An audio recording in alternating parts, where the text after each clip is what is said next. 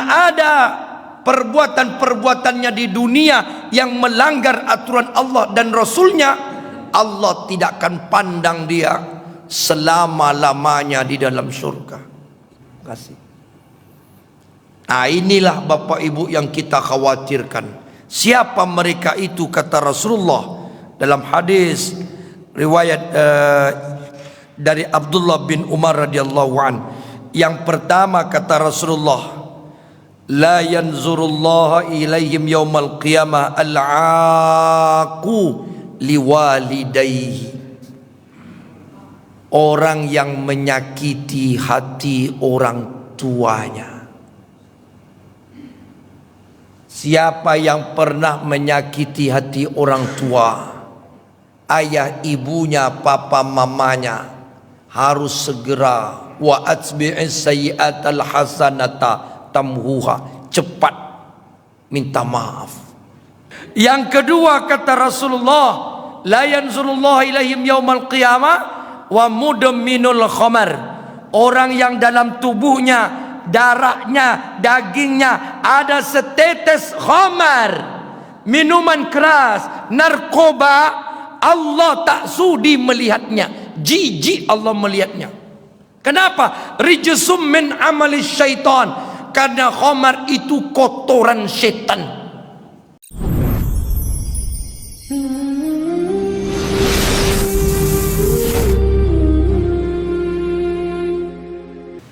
Bismillahirrahmanirrahim.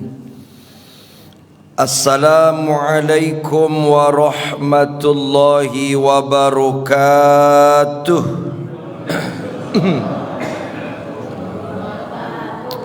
Sehat Bapak Ibu? Alhamdulillah. Alhamdulillahi rabbil alamin, wal aqibatu lil muttaqin, wassalatu wassalamu ala asyrafil anbiya'i wal mursalin, sayyidina wa nabiyyina wa maulana Muhammadin wa ala alihi wa ashabihil mujahidin at-tahirin. Asyhadu an la ilaha illallah, iyyahu na'budu wa iyyahu nasta'in, wa asyhadu anna Muhammadan abduhu wa rasuluh al-mab'usu rahmatan lil alamin. Subhanaka la ilma lana illa ma 'allamtana innaka antal alimul hakim. Amma ba'du. Qala Allah ta'ala fi kitabihil karim, a'udzu billahi minasy syaithanir rajim. Bismillahirrahmanirrahim. Faman kana yarju liqa'a rabbi falya'mal 'amalan salihan wa la yusyrik bi'ibadati rabbih ahada. Surah Al-Kahfi ayat 110. Wa qala aidan wujuhun yawma idzin nadhirah ila rabbiha nazirah. Surah Al-Qiyamah ayat 22 dan 23. Sadaqallahul azim. An Abdillah bin Umar radhiyallahu an qala Rasulullah sallallahu alaihi wasallam, salasatun la yanzurullaha ilaihim yaumal qiyamah, al-aqu liwalidayhi wa mudminul khamri wal mannanu bima a'ta. Hadis riwayat Imam Al-Baihaqi, nomor hadis 17.805. Sahih dalam pandangan As-Syeikh Imam Ibnu Taimiyah, Hadis ini kedudukannya sahih masyhur, Shadaqa Rasulul Karim. Yang saya muliakan, kita hormati pengurus masjid, tokoh Bapak RW. Wah, ada RW, alhamdulillah. Aman kita tuh. Bapak-bapak RT, Bapak Ibu kaum muslimin dan muslimat, hamba-hamba Allah yang soleh dan solehah, semoga yang hadir insyaallah senantiasa dalam lindungan Allah Subhanahu wa taala. Amin ya rabbal alamin. Mari kita bersyukur kepada Allah Subhanahu wa taala dengan mengucapkan alhamdulillahi rabbil alamin. Kemudian kita berselawat kepada Rasulullah Nabi Muhammad sallallahu alaihi wasallam dengan mengucapkan Allahumma salli ala Muhammad wa ala ali Muhammad. Assalamu alayka ya Rasulullah. Bapak Ibu yang saya muliakan, kita menyambung kajian hadis kita. Kali ini hadis dari Abdullah ibnu Umar radhiyallahu an. Qala Rasulullah sallallahu alaihi wasallam, bersabda Rasulullah sallallahu alaihi wasallam, salasatun, tiga kelompok manusia, la yanzurullaha ilaihim yaumal qiyamah, tidak akan dipandang oleh Allah, tidak akan bisa melihat Allah, dan tidak akan diperhatikan Allah di hari kiamat. Siapa tiga kelompok ini? Inilah yang akan kita uraikan sampai waktu suruh insyaallah. Bapak Ibu yang saya muliakan, di hari kiamat di dalam syurga nanti, nikmat yang paling tinggi bukan mendapatkan bidadari bagi kaum laki-laki. Nikmat yang paling tinggi bukan pula mendapatkan laki-laki yang istimewa bagi perempuan yang soleha. Bukan pula nikmat yang paling tinggi itu fasilitas yang disediakan Allah, makan minum yang serba ada, pakaian yang serba wah. Nikmat yang paling tinggi di hari kiamat dalam surga adalah yarju liqa'a rabbih, bertemu dengan Allah. Itulah nikmat yang paling tinggi. Tetapi Bapak Ibu, malah Nabi mengatakan ada nanti di dalam surga tiga kelompok penduduk surga ini selama-lamanya tidak akan dipandang oleh Allah. Ya Allah, ini suatu kemalangan, lebih malang dari kota Malang. Supaya kita tidak sampai pada tingkat itu, maka hindarilah tiga perkara. Ada yang bertanya kepada saya, Bapak Ibu, Ustadz, apakah Allah itu bisa dilihat oleh mata kepala kita secara langsung? Kalau kita merujuk kepada Al-Quran dan kepada hadis Rasulullah yang sahih, bahwa Allah itu bisa dilihat. Allah itu bisa dilihat dengan langsung. Karena Allah yang mengatakan, faman kana, maka barang siapa yarju liqa'a rabbi, ingin bertemu dengan Tuhannya, dengan Allah di dalam surga, falyamal amalan salihah, maka hendaklah mereka beramal soleh. Dan itu juga didukung oleh ayat yang lain, surat Al-Qiyamah ayat 22 dan 23. Wujuhun yawma izin nadhirah, wajah mereka, kata Allah, di dalam syurga itu berseri-seri, gembira, bahagia. Ila rabbiha nazirah, karena mereka melihat Allah. Jadi melihat Allah itu bisa. Tapi ada yang mengatakan, Ustaz, Allah itu maha gaib. Maha gaib zatnya, yang tidak bisa gampang kita lihat. Tapi Allah bisa tampakkan diri Allah secara langsung. Namun kenapa di dunia ini tak bisa kita melihat Allah? Ya kan? Kenapa di dunia ini kita tidak bisa melihat Allah? Bapak Ibu yang dimuliakan Allah, bukan Allah yang tidak mau melihatkan wajah Allah kepada kita di bumi ini, di dunia ini.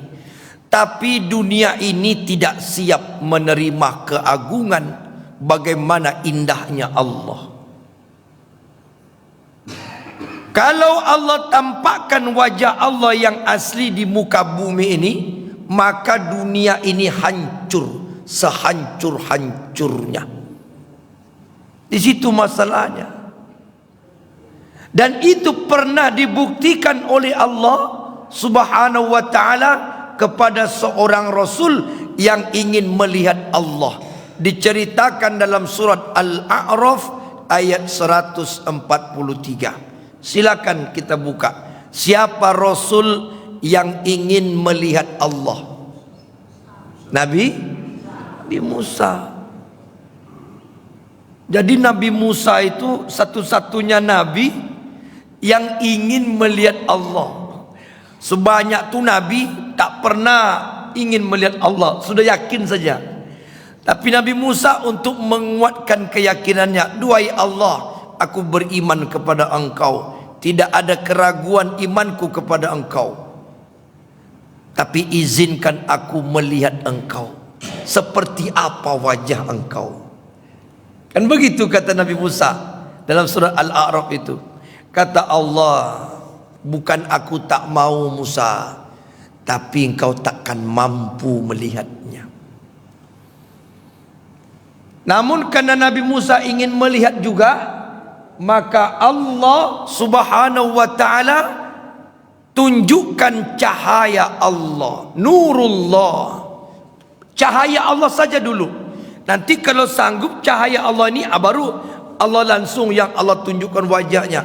Datanglah setitik cahaya Allah kepada Nabi Musa alaihissalam. Ketika datang cahaya itu, cahaya Allah kepada Nabi Musa, terang benderang, kemudian terdengar suara dentuman besar. Bukit Tursina hancur. Karena besarnya dentuman Bukit Tursina itu hancur disebabkan cahaya Allah, maka Nabi Musa pingsan. Terkejut. Saking besarnya, terkejut Nabi Musa pingsan. Betapa besarnya dentuman itu. Dan ketika Nabi Musa alaihissalam siuman sadar, lalu Nabi Musa mengatakan, Subhanaka tubtu, maha suci engkau ya Allah, aku bertobat, tak mau lagi, ampunkan aku ya Allah. Begitulah. Jadi kalau Allah tunjukkan Bapak Ibu wajah Allah itu, dunia ini hancur.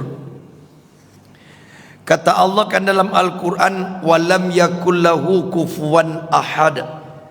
Allah tidak serupa dengan sesuatu makhluk apapun. Laisa kamisli, tidak ada yang serupa. Tidak ada yang serupa itu bukan berarti Allah tak bisa dilihat. Allah itu ada, tapi tak sama dengan makhluknya. Bagaimana bentuk Allah? Nanti di dalam surga Allah izinkan manusia melihat Allah, dan itulah nikmat yang paling tinggi. Bagaimana bisa kita melogikakan atau diterima akal sehat atau mengimajinasikan bahwa melihat Allah Subhanahu wa taala itu nanti di surga suatu nikmat yang amat luar biasa? Saya bawakan contoh di dunia. Bapak Ibu, ini contoh saja ya. Jika seseorang mengagumi seseorang, mencintai seseorang, mengidolakan seseorang, ketika bertemu dengan orang yang dikaguminya, itu senangnya minta ampun. Betul enggak Bapak Ibu? Senangnya minta ampun. Berpuluh-puluh tahun saya ingin bertemu dengan dia, sekarang ketemu, senangnya. Di YouTube saya pernah nonton konser Michael Jackson. Ini contoh ya. Michael Jackson konser di sebuah negara di pentas yang besar, dihadiri oleh sekian ratus ribu orang. Ketika beliau mulai tampil, itu penonton di bawah pentas itu histeris, wah, wah, pingsan. Kok bisa? Kenapa orang melihat Michael Jackson pingsan? Padahal yang dilihat itu hantu. Coba lihat fotonya tuh di screenshot, kemudian di zoom. Tengkorak hidup. Setelah operasi plastik itu kan udah kayak tengkorak. Tapi yang namanya rasa tidak bisa bohong. Rasa dengan akal tidak sama. Apa yang dirasakan, apa yang dipikirkan itu belum tentu sama. Kadang-kadang tak masuk akal, tapi rasa ada. Bertemu dengan idolanya, bertemu dengan kekasihnya, bertemu dengan orang yang amat dikaguminya, itu senangnya minta ampun.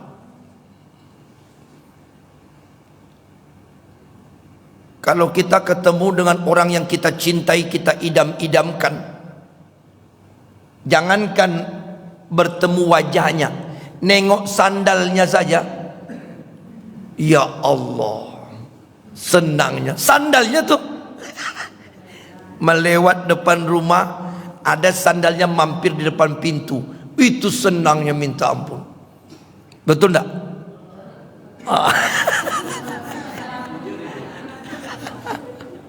Kata orang tua-tua dulu, yang begitu kan, nampak pula jemuran pakaiannya, senangnya minta ampun. Itu kalau kita logikakan dengan dunia. Sekarang saya kasih contoh satu lagi Bapak Ibu.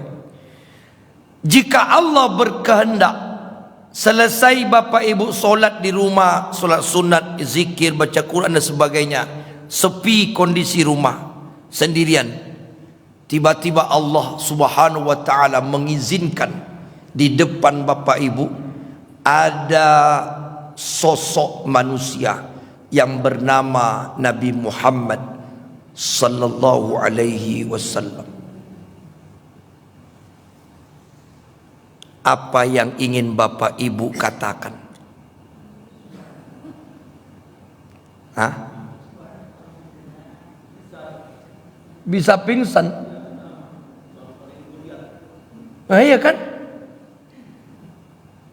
Lalu beliau mengatakan, "Inni Rasulullah Muhammad bin Abdillah." Nyata Allah izinkan Nabi Muhammad di depan kita. Apa yang ingin Bapak Ibu sampaikan, apa yang ingin diucapkan, mungkin tak bisa mengucapkan apa-apa, dan tidak tahu mau berbuat apa. Saking kagetnya dan senangnya tak bisa dikira. Atau barangkali Bapak Ibu nanti sampai di Masjid Nabawi, selesai sholat duha pagi-pagi dalam kondisi sepi di Masjid Nabawi, sedang berzikir, tiba-tiba diizinkan oleh Allah yang jenazahnya ada di depan masjid paling depan, dekat Raudhah. Allah hidupkan Nabi Muhammad sallallahu alaihi wasallam, orang yang kita sebut namanya setiap waktu dengan selawat, orang yang terbaik diciptakan oleh Allah, namanya terukir di surga, malaikat berselawat kepadanya, Allah pun berselawat kepadanya, dan satu-satunya manusia yang memberikan syafaat di yaumil qiyamah ada di depan kita. Nampak wajahnya dan dia menatap kita, lalu dia tersenyum. Ya Allah, nikmat tak? Itu baru kira-kira, itu baru seandainya. Atau tidak usahlah kita lihat yang nyata. Nanti malam Bapak Ibu tidur, Allah izinkan mimpi bertemu dengan Nabi Muhammad sallallahu alaihi wasallam. Ya Allah, mimpi bertemu Nabi, senang tidak? Itu nikmat. Dan itu pun baru berbentuk makhluk ciptaan Allah. Bagaimana Bapak Ibu, zat yang setiap saat kita sebut namanya, Allahu Akbar, Allahu Akbar, entah berapa ribu kali kita sebut namanya, nanti di surga Allah tampakkan ila rabbiha nazirah, nampak wajah Allah. Tidak terkira, habis tuh bidadari itu kalah itu. Makan minum pakaian yang serba mewah itu kalah.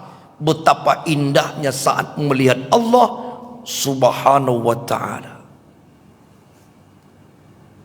Namun sebagian orang-orang yang tinggal di surga, karena ada perbuatan-perbuatannya di dunia yang melanggar aturan Allah dan Rasulnya, Allah tidak akan pandang dia selama-lamanya di dalam surga. Kasih. Nah, inilah Bapak Ibu yang kita khawatirkan. Siapa mereka itu? Kata Rasulullah dalam hadis riwayat dari Abdullah bin Umar radhiyallahu an. Yang pertama kata Rasulullah, la yanzurullah ilaihim yaumal qiyamah al-aqu liwalidayhi. Orang yang menyakiti hati orang tuanya. Siapa yang pernah menyakiti hati orang tua, ayah ibunya, papa mamanya, harus segera wa atbi'is sayyi'atal hasanata tamhuha, cepat minta maaf. Kalau ada sampai sekarang belum bertegur sapa dengan orang tua, ya Allah. Ada Pak, di Pekanbaru ini ada anak tak tegur sapa dengan orang tua. Apapun alasannya, itu tidak boleh. Bahkan ada jamaah bertanya, Ustadz, saya waktu masih bayi ditinggal oleh ayah saya, pergi entah kemana, bukan meninggal dunia, ditinggalkan, ditelantarkan saya dan ibu saya. Kami hidup dalam keadaan yang sangat susah. Dia pergi seenaknya. Tiba-tiba saya sudah dewasa Ustadz, dan saya sudah bekerja, alhamdulillah, dan sudah dalam keadaan mampu secara materi. Tiba-tiba datang ayah saya yang dulu meninggalkan saya, datang menyebut saya adalah bapak, beliau bapak saya. Dulu ibu saya cerita, ayahmu meninggalkanmu begini-begini. Lalu apa sikap saya Ustaz? Apakah menerimanya atau cuek kepadanya? Kan banyak kasus seperti itu Pak. Nikah, cerai, anak masih bayi, tinggal tanpa meninggalkan harta, tanpa meninggalkan apa-apa, terlantar istri.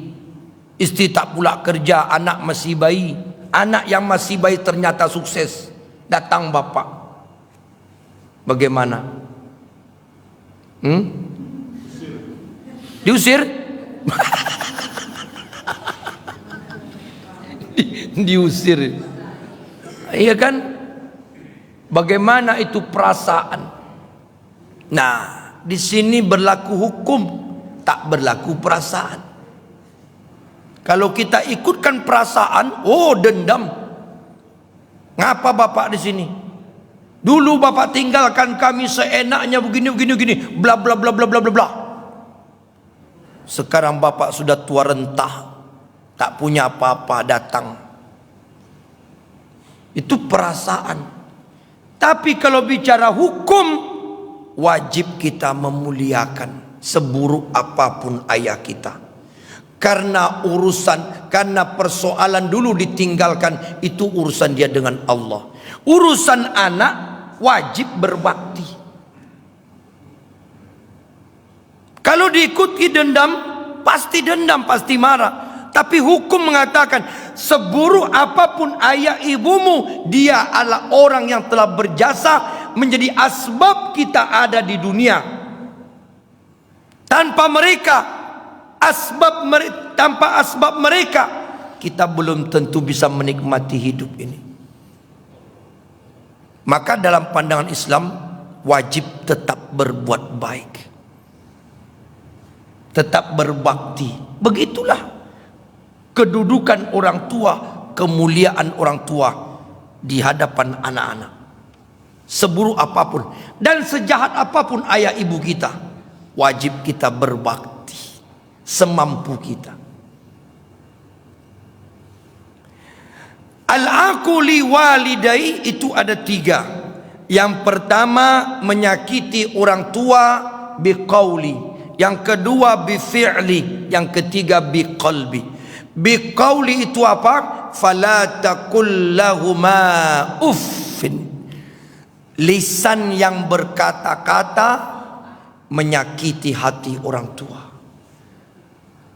Terlanjur lisan mengucapkan kalimat, orang tua tersakiti, sempat tidak minta maaf, maka nanti dari kiamat sebanyak apapun amal ibadah kita, Allah tidak sudi melihatnya. La yanzurullaha ilaihim yaumal qiyamah. Allah tak pandang dia. Berarti nikmat yang paling tinggi dia takkan dapat. Yang kedua, bifi'li, durhaka dengan perbuatan. Ngomong tidak, bicara tidak, tapi tingkah laku anak menyakitkan orang tua. Apa contohnya? Datang orang tua ke tempat kita, ke rumah kita, umpamanya rumah anaknya. Sampai di rumah, kita masuk kamar, pintu kita hempas, buang. Orang tua ada di rumah. Tersinggung tak? Oh. Iya. Ngomong tidak, bicara tidak, tapi tingkah lakunya menyakitkan. Maka selama orang tua ada di tempat kita, tidak boleh menokok-nokok piring, tidak boleh menokok-nokok periuk, tidak boleh menghempas-hempas pintu, karena itu bentuk kedurhakaan secara perbuatan. Bahkan ada lagi satu perbuatan yang tanpa kita sadari, ini yang paling banyak dilakukan oleh anak-anak. Perbuatan ini termasuk kedurhakaan, uququl walidain. Apa itu contohnya? Bungkusnya sayang cucu, isinya mengasuh.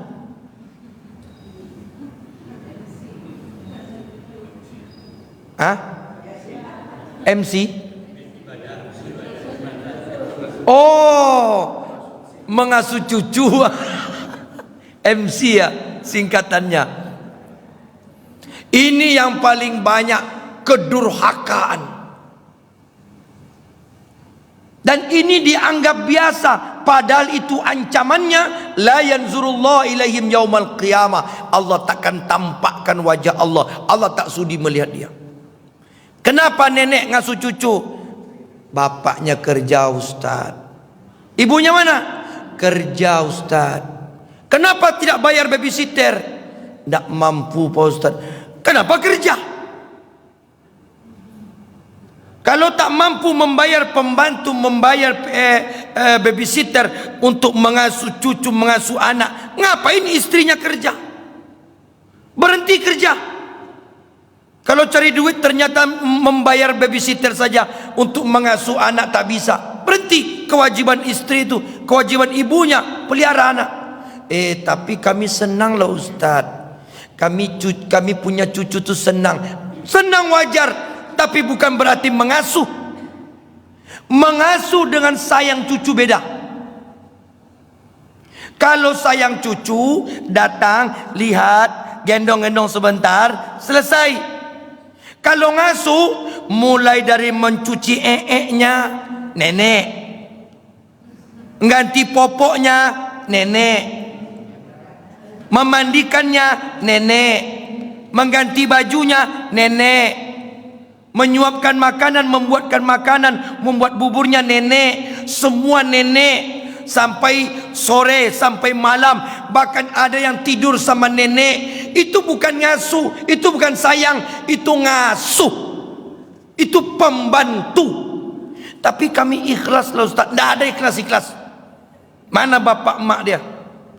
Dulu waktu ibu melahirkan anak, susah payah meranggut nyawa antara hidup dan mati, menyapinya, menyusuinya, mendidiknya, membesarkannya. Sekarang anak yang sudah dibesarkan menikah, bekerja, punya anak, nenek pula yang mengasuh. Alasannya kami sayang cucu. Tidak ada tuh. Itu adalah kedurhakaan seorang anak. Nggak ada sayang cucu begitu. Capek ngurus cucu itu. Anak umur 2 bulan, 4 bulan, yang belum bisa ngomong, yang belum bisa ngapa-ngapa, yang taunya itu kerja ibunya kalau tidak mampu. Tapi sekarang Pak Ustadz, dicari babysitter, nanti banyak kasus-kasus terjadi seperti di medsos itu. Dia menjadi babysitter, dipantau oleh neneknya, dilihat oleh atuknya. Begitu. Bukan nenek yang jadi pengasuh. Ibu, nenek itu, atuk itu harus dimuliakan. Papa, mama, sudah cukup capek papa mama membesarkan kami. Saat ini papa mama non-job. Tahu non-job? Nggak ada lagi yang perlu dikerjakan. Ke masjid saja. Ni duit ma, pergilah taklim. Ni duit pa, pergilah jalan-jalan. Kalau tidak bisa biar kami antar kalau mampu. Kalau kita punya kemampuan, senangkan orang tua. Udah capek dia nanam pohon, sekarang pohon tu udah berbuah, tinggal memetik makan. Mencangkul juga lagi. Kapan orang tua kita istirahat? Nggak ada itu alasan sayang cucu, nggak ada. Capek gendong bayi, pinggang lah sakit, kola sakit, capek bu. Iyo tapi wak sayang sama cucu, nggak ada.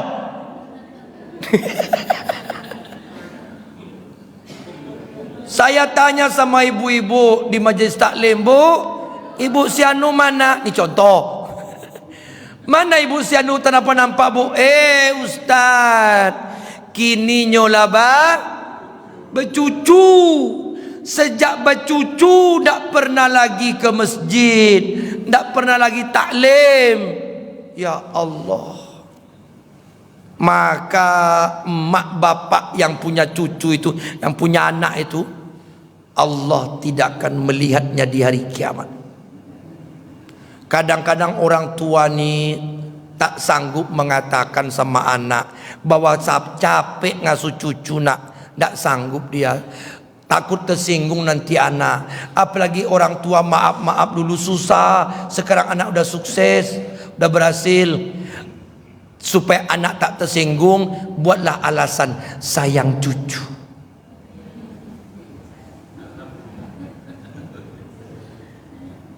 Coba atuk-atuk berjalan ada payah, nak ngasuh cucu, nak membersihkan nya, nak urusan atuk lagi tu.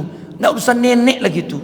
Urusan nenek ke masjid, ibadah, santai, bermain, banyakkan zikir, persiapkan untuk bekal-bekal akhirat.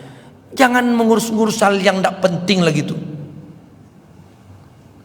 Kalau alasan kerja anak perempuan kita, dia cari duit, tidak mampu membayar babysitter, lebih baik dia berhenti kerja. Berarti gajinya kecil itu. Kalau tak terbayar babysitter, berarti gajinya kecil. Udah lebih baik ngasuh anak saja. Berkorbanlah. Yang kedua Bapak Ibu, kedekatan ibu kepada anak itu lebih penting. Anak yang dibesarkan oleh nenek biasanya lemah. Kadang-kadang nenek ini lebih sayang kepada cucunya daripada emak kepada anaknya. Marah mamanya, kau ini marah ke cucuku. Ini marahnya sama neneknya. Ma, ini anakku, ma, biar aku yang mendidiknya nak. Bisa, ini cucuku. Tak bisa kau marah-marah sama cucuku. Aduh. Kalau anak sudah umur 3 tahun, 4 tahun, 5 tahun dah bisa diajak ngobrol, datang nenek, itu bukan ngasuh, itu bermain. Tapi kalau 2 bulan Pak, 4 bulan belum bisa ngomong, taunya nguek-nguek, neneknya bingung, ini kok nangis tak diam-diam, bingung Pak, capek. Yang lebih kurang ajarnya, nah ini mak bicara nih, kalau pernah mengalami, biar tahu dalam urusan agama. Yang lebih celakanya, nenek itu pergi tinggalkan suami. Bang, ya, saya ke Jawa ya. Kenapa? Cucu. Rindu sama cucu.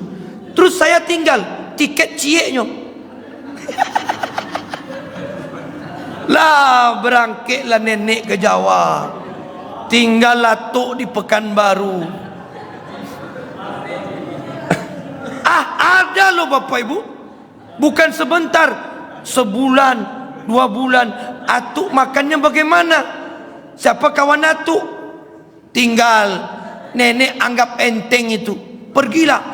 Jika berangkatnya seorang istri, seorang nenek ninggalkan atuk suaminya tanpa ridho dan keikhlasan suami, berangkat dia juga nengok cucu, maka setiap langkahnya dosa. Dan semua ibadahnya takkan diterima oleh Allah, ditolak karena dilaknat oleh Allah dan malaikat. Lebih prioritaslah suami daripada cucu.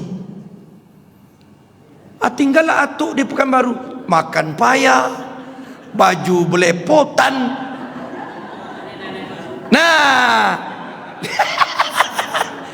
yang bahayanya buka cabang nenek, atuk buka cabang.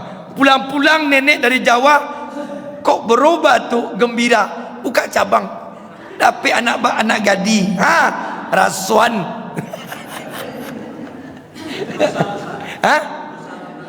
Siapa yang dosa? Oh, mana pula dosa?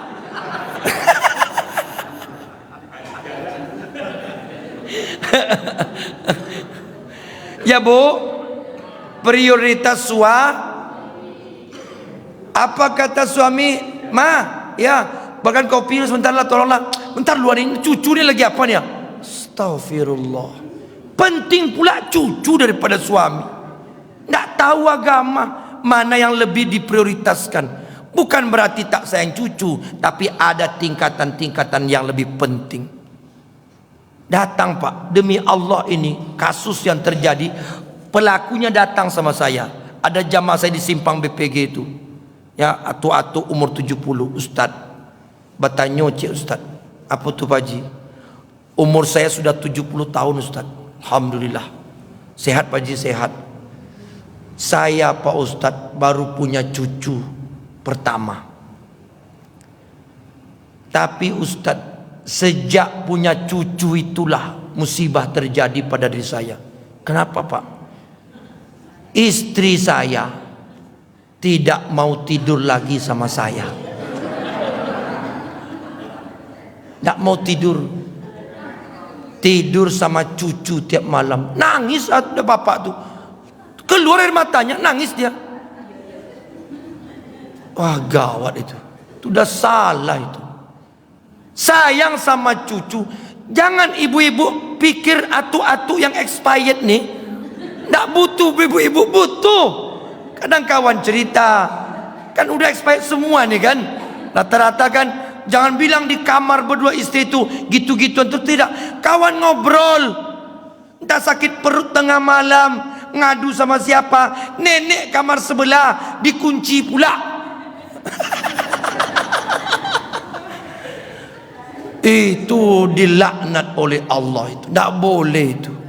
Jangan salah mengartikan sayang cucu itu. Jadi Bu, ini terutama nenek-nenek paling banyak nih, karena dia paling sayang sama cucu. Kalau atuk-atuk nih nengok-nengok aja udah selesai itu, gendong-gendong, nengok-nengok, kasih duit dah. Kalau nenek-nenek ini semua diurusnya. Mulai hari ini ya Bu, buat surat pengunduran diri, resign. Kalau itu terjadi selama ini jadi pengasuh, resign jadi pengasuh. Nanti anak ibu, anak bapak dilaknat oleh Allah. Tidak boleh. Ya, itu juga termasuk kedurhakaan dalam bentuk fi'liyah. Selesai saya ceramah ini depan ibu-ibu tempat lain, Pak, datang ketua majlis taklim tu, betul Ustaz, saya tu Pak Ustaz tak kuat ngasuh cucu Pak Ustaz, pinggang saya sakit Ustaz. Saya bilang sama anak perempuan saya tu, kau berhentilah kerja, tak sanggup aku ngurus anak kau tu, emang capek. Itu yang sanggup ngomong. Yang tak sanggup ngomong, ditahan dalam perasaannya. Anak harus paham, tak boleh itu. Yang ketiga, durhaka dalam bentuk bil qalbi. Bil qalbi artinya dongkol. Anak dongkol dengan tingkah laku orang tua, itu durhaka. As-Syekh Imam Ibnu Qayyim Al-Jauziyah mengatakan, dongkol saja kepada orang tua itu durhaka. Begitulah halusnya ajaran Islam dalam memuliakan orang tua. Dongkol pun tidak boleh. Maka Allah mengatakan qaulan karima, katakan yang mulia. Memanggil ibu tidak boleh dari jauh, ma, tidak boleh itu. Pak, tidak boleh. Dekatkan badan kita ke tubuhnya, ma, kan bisa. Kenapa teriak-teriak di dalam rumah manggil orang tua? Tidak belajar agama, nggak boleh. Jangan sekali-kali manggil orang tua. Ajarkan anak. Kalau ada anak kita begitu kepada ibunya, bapak yang negur. Kalau kau manggil mak kau tu, jangan manggil kawan, dekatkan badan kau tu. Kalau dia manggil bapak begitu, papa, ibunya larang. Itu bukan temanmu nak, itu ayahmu. Kau datang dekat dia, ngomong baik-baik. Perlu apa? Jangan teriak-teriak manggil orang tua. Durhaka itu. Ancamannya, Allah takkan pandang dia nanti di hari kiamat. Besar ancamannya Pak Ibu. Jangan main-main. Begitulah orang tua itu dimuliakan. Itu intinya. Ya, ya Bu. Apa tadi kesimpulannya? Resign. Non-job. Minta mengundurkan diri. Berhenti jadi MC, ya enggak? Ada pertanyaan? Hah? Demi kemanusiaan. Yang kedua kata Rasulullah, la yanzurullah ilaihim yaumal qiyamah wa mudminul khamar. Orang yang dalam tubuhnya, darahnya, dagingnya ada setetes khamar, minuman keras, narkoba, Allah tak sudi melihatnya. Jijik Allah melihatnya. Kenapa? Rijsum min amali syaitan. Karena khamar itu kotoran setan. Bahasa kasarnya setan. Kalau mau lihat setan, lihatlah narkoba itu. Itu nya setan itu. Bagaimana Allah mau melihat wajah orang yang dalam tubuhnya ada setetes kotoran setan? Allah tak sudi melihatnya. Maka siapa yang pernah terlanjur mengkonsumsi narkoba, khamar dan sejenisnya, bersihkan dengan tobat setobat-tobatnya. Wa atbi'is sayyi'atal hasanat tamhuha, iringi cepat dengan membersihkan makanan dengan cara memakan minuman yang halalan thayyibah. Kalau tidak nanti masih ada, lalu kita mati, waduh, setitik saja darah kita dari narkoba tak mau Allah pandang. Begitu jijiknya narkoba itu, khamar itu, kotoran setan. Yang ketiga, yang terakhir, kata Rasulullah sallallahu alaihi wasallam, kelompok yang ketiga yang tak dipandang oleh Allah, wal mannan bima a'ta, orang yang bersedekah, orang yang berinfak, orang yang berwakaf tetapi menyebut-nyebutnya.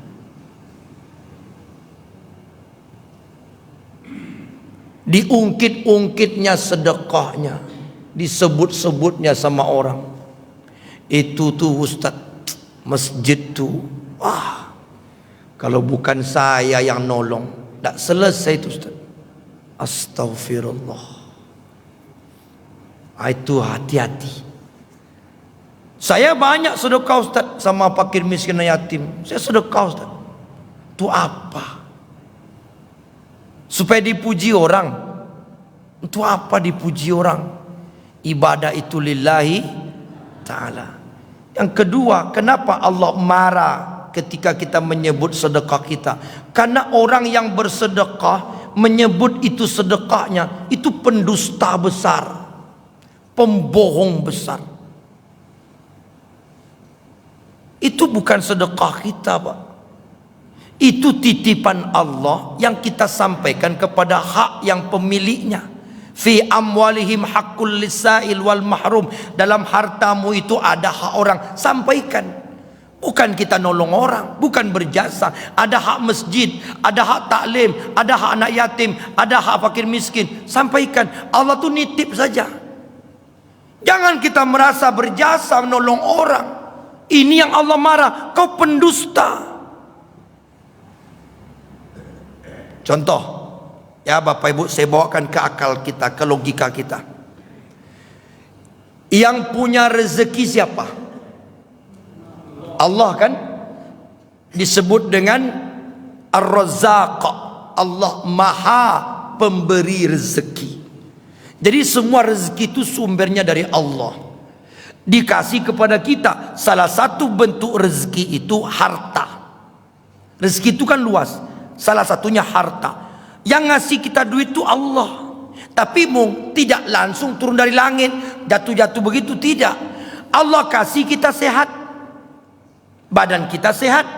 Allah kasih kita peluang, Allah kasih kita kesempatan, Allah kasih kita ilmu, pintar kita, berpikir kita, badan sehat, peluang ada. Jadi itu kerja kita di sini, kerja di sini, dapat gaji besar.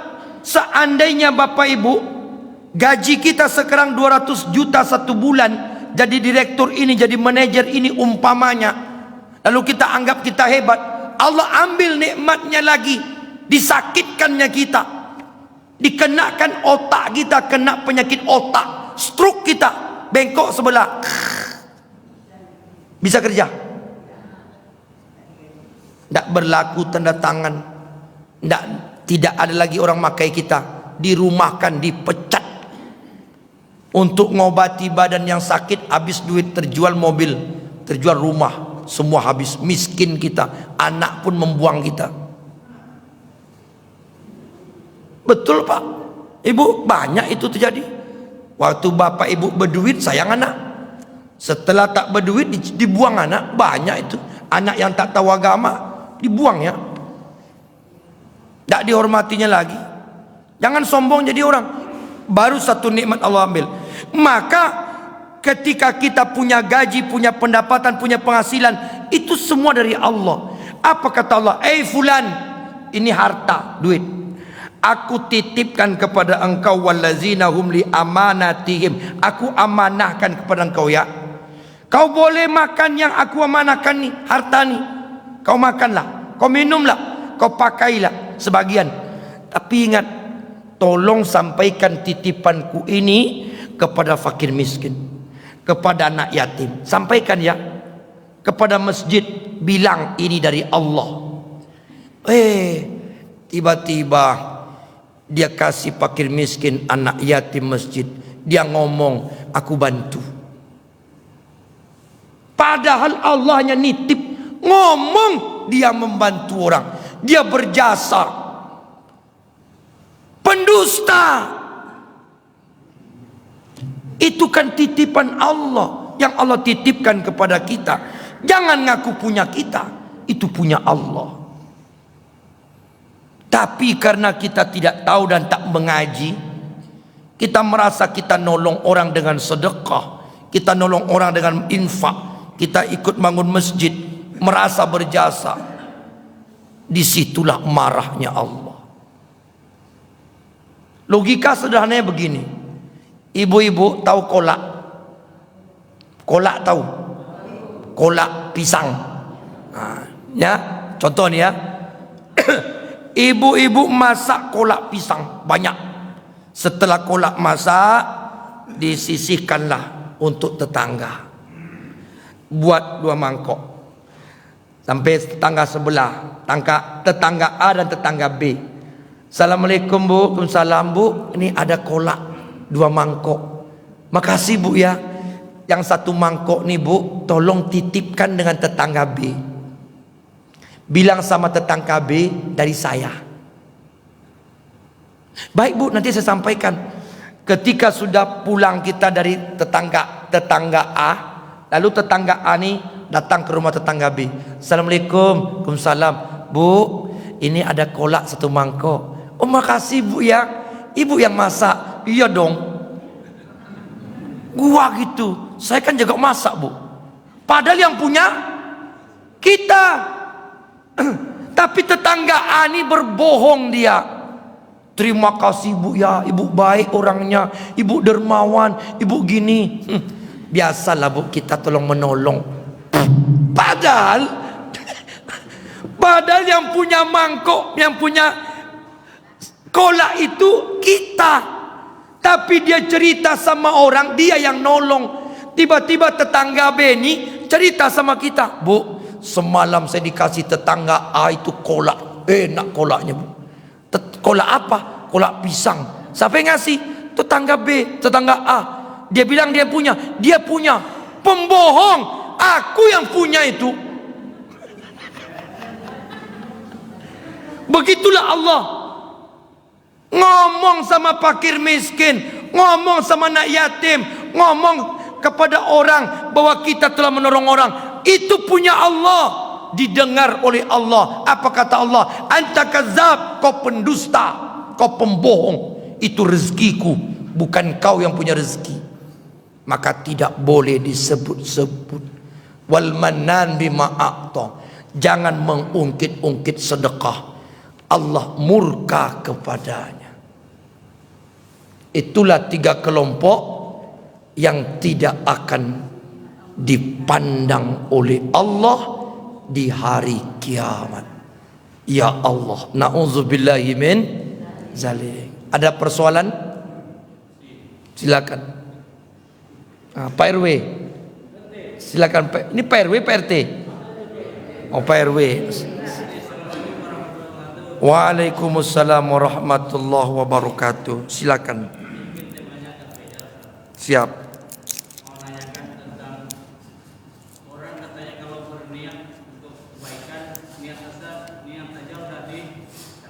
Ya. Tapi yang saya pertanyakan, misalnya ada orang niat untuk wakaf, tapi wakafnya itu harus dibikin bangunan ini. Kalau nggak bangunan ini nggak boleh.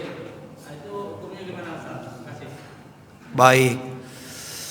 Boleh tidak berwakaf dan wakafnya itu diarahkan sesuai dengan pemilik harta. Misalnya, saya punya tanah di Pak, Bu, saya wakafkan, tapi bangun masjid ya.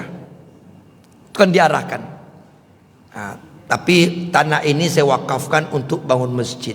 Boleh enggak Ustaz? Ya boleh. Karena dia pemilik. Kalau tak bangun masjid saya tak maulah. Saya ingin nanti saya meninggal ada sedekatin jariyah saya. Harta saya mengalir. Kalau tak dibuat masjid nanti dikhawatirkan diwakafkan dibangun orang tempat yang bukan ada manfaatnya secara agama. Tadi bangun orang tak buat lapangan ini kah? Nanti situ orang buat organ, kita mati orang joget-joget. Wallahu alam. Bisa jadi kan dibuat pasum misalnya, fasilitas umum, tiba-tiba Agustusan. Di mana kita buat pentas? Di itu tanah wakaf. Oh, dibuatlah pentas, nyanyilah cewek-cewek tak pakai baju. Bapak yang sudah meninggal tentu sedih kan? Nah, maka wakaf itu boleh diarahkan.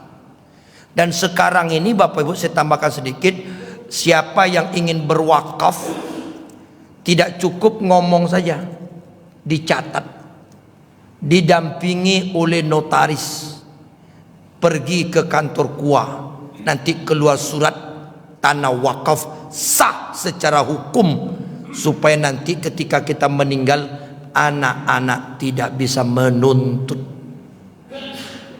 Ya, gitu Pak RW ya. Jadi boleh kita arahkan selama yang kita arahkan itu baik. Ini saya wakafkan untuk ini. Saya berwakaf Pak semen untuk bangun masjid Pak ya. Buat diarahkan. Ya. Wallahu alam. Yang lain silakan Pak. Waalaikumsalam warahmatullahi. Tentang mimpi dengan Rasulullah. Masya Allah.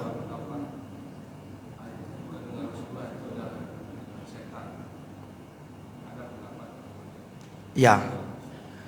Rasul pernah mengatakan siapa yang bermimpi denganku itu adalah kebenaran, karena jin dan setan tidak bisa menyerupai Rasulullah. Tidak diizinkan Allah. Satu makhluk apapun di muka bumi ini, termasuk malaikat, jin, setan dan sejenisnya, Allah tidak mengizinkan menyerupai wajah Rasulullah. Jadi siapa yang betul-betul bertemu dalam mimpi, dan dalam mimpi itu dia mengaku Rasulullah, itu adalah kebenaran. Ya Pak ya, itu harus yakin kita tuh, itulah mimpi yang benar. Tapi betul-betul kita yakin kita bertemu dengan Rasulullah. Ibu-ibu, ada masalah? Tidak ada. Bingung buat suratnya. Demikian, terima kasih, waktu sudah masuk. Mohon maaf lahir batin. Semoga kita semua masuk ke dalam surga dan bisa bertemu dengan Allah. Amin ya rabbal alamin. Perbanyak maaf. Subhanakallahumma wa bihamdika asyhadu an la ilaha illa anta astaghfiruka wa atubu ilaik. Wallahu a'lam bisawab. Wassalamu alaikum warahmatullahi wabarakatuh.